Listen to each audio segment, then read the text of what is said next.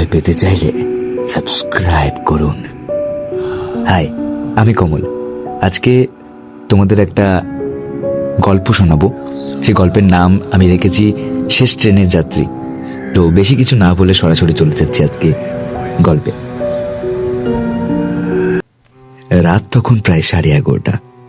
তখন শীতকাল। রেল স্টেশনে মানুষের আনাগোনা প্রায় নেই বললেই চলে। কুয়াশার চাদরে ঢাকা চারিপাশ।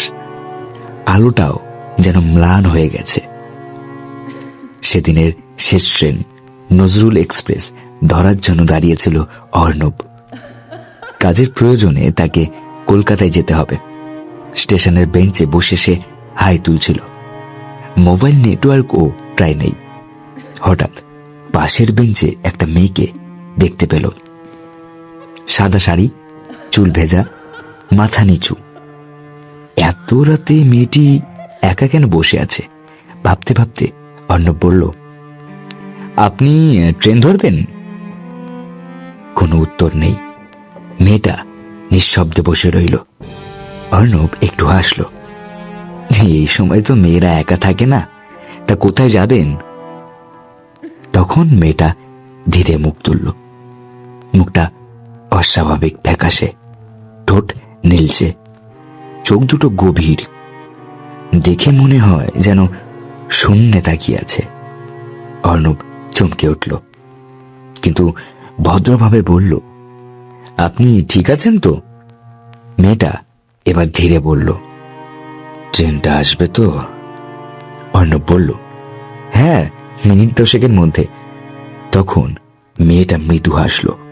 হঠাৎই দূর থেকে ট্রেনের হুইসেলের শব্দ শোনা গেল। কুয়াশার ভেতরে আলোটা এগিয়ে আসছে। অর্ণব উঠল ব্যাগটা নিয়ে। মেয়েটাকে বলল, চলুন, ট্রেন এসে গেছে। কিন্তু মেয়েটা নড়ল না। অর্ণব একটু বিরক্ত হয়ে বলল, শুনছেন, উঠবেন না? তখন মেয়েটা হঠাৎ বলল, আমি তো এই ট্রেনেই মরলাম 7 বছর আগে। অর্ণবের শরীর ঠান্ডা হয়ে গেল। সে স্তব্ধ হয়ে তাকিয়ে রইল। মেয়েটা দাঁড়িয়ে ধীরে ধীরে প্ল্যাটফর্মের শেষ প্রান্তে চলে গেল। ট্রেনের হুইসেল ক্রমাগত কাছে আসছে।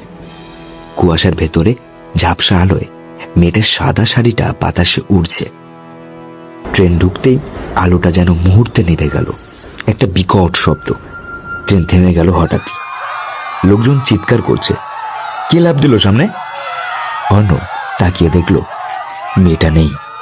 সে দৌড়ে গেল সামনে, কিন্তু ট্রেনের নিচে কিছুই নেই, শুধু ভিজে চুলের গন্ধ আর একটা সাদা কাপড়ের টুকরো পড়ে আছে।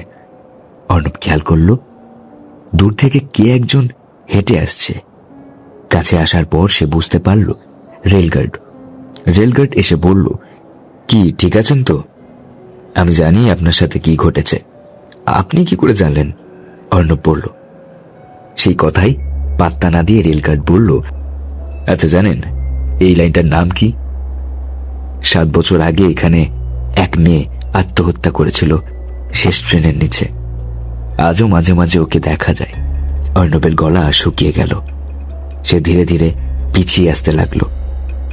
ট্রেনের আলো আবার জ্বলে উঠল, কিন্তু প্ল্যাটফর্মটা পুরো ফাঁকা। বেঞ্চে ব্যাগটা রেখে সে তাকাতেই দেখল ঠিক যেখানে মেয়েটা বসেছিল সেখানে বেঞ্চটা পুরো ভিজে আছে, যেন কেউ এখনই উঠে গেছে। কেমন লাগলো আপনাদের এই আজকের গল্পটা? প্লিজ কমেন্ট করে জানাবেন, লাইক করে দেবেন, আপনাদের বন্ধুদের কাছে শেয়ার করবেন। আর এই যে আজকে যে গল্পটা শোনানো হলো পুরোটাই কিন্তু আমার নিজের ভাবনা কল্পনায় লেখা। যদি বাস্তবের সাথে কোনো মিল থাকে তাহলে সেটা পুরোটাই কাকতালীয়। দেখা হচ্ছে এর পার্ট 2 নিয়ে।